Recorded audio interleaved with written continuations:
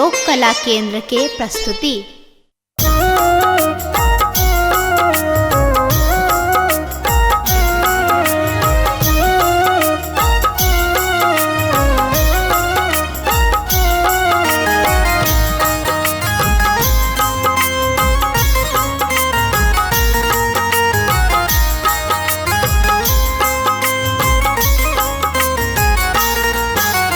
गे माए गौरी गौरी पूछथी गौरी शिव के देखलन कियो। गे माए गौरी गौरी पूछथी गौरी शिव के देखलन कियो। शिव के देखलन क्यों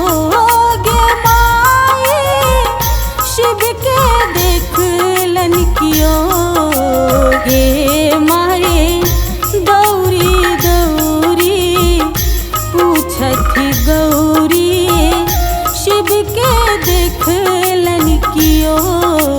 गे माए गौरी गौरी पूछथी गौरी शिव के देखलन क्यों।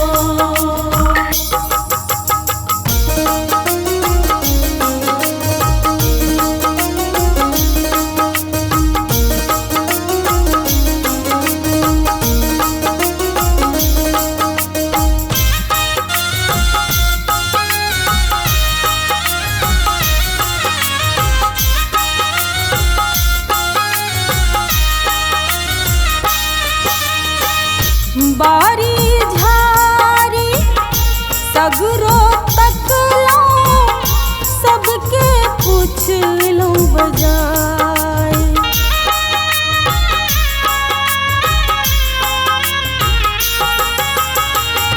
बारी झारी सगरो तकलो सबके पूछलो बजाय।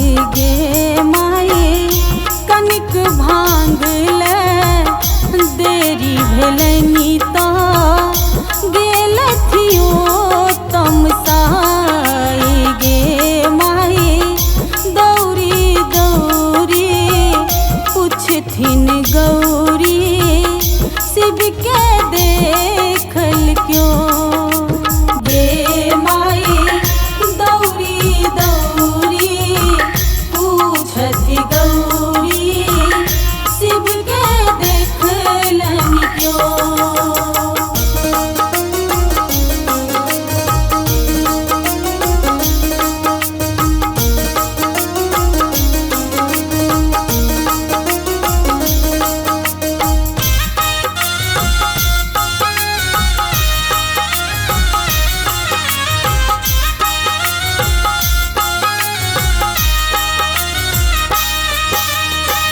बस हाथू जल डोरी टूटल बान्हब के करा बजार।